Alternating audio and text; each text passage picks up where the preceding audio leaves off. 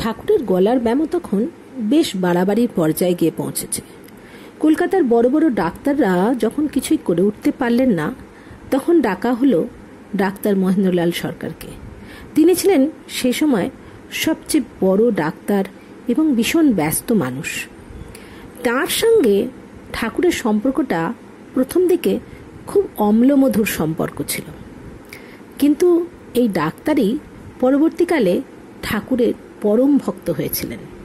একবার ডাক্তার এবং ঠাকুরের কথা হচ্ছে যোগীর লক্ষণ নিয়ে।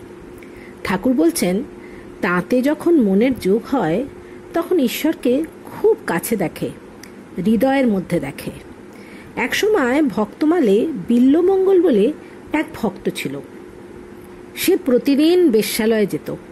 একদিন অনেক রাত্রে সে বেশ্যালয়ে যাচ্ছে। বাড়িতে বাপ মায়ের শ্রাদ্ধ হয়েছিল কিনা তাই দেরি হয়েছে। শ্রাদ্ধের খাবার বেশ্যাকে দেবে বলে হাতে করে নিয়ে যাচ্ছে। তার বেশ্যার দিকে এত একাগ্র মন যে কিসের উপর দিয়ে যাচ্ছে, কোনখান দিয়ে যাচ্ছে, এসব কিছুই হুঁশ নেই। পথে এক যোগী চোখ বুজে ঈশ্বর চিন্তা করছিল। তার গায়ে পা দিয়ে চলে গেল।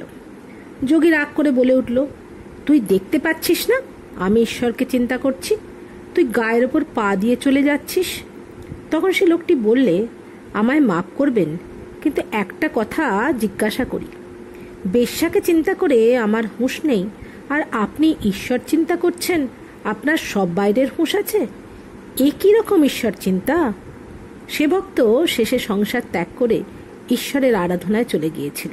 সে বেশ্যাকে বলেছিল, তুমি আমার গুরু, তুমি শিখিয়েছ কি রকমে ঈশ্বরে অনুরাগ করতে হয়। বেশ্যাকে মা বলে ত্যাগ করেছিল। ডাক্তার বললেন, এ তান্ত্রিক উপাসনা, জননী রমণী।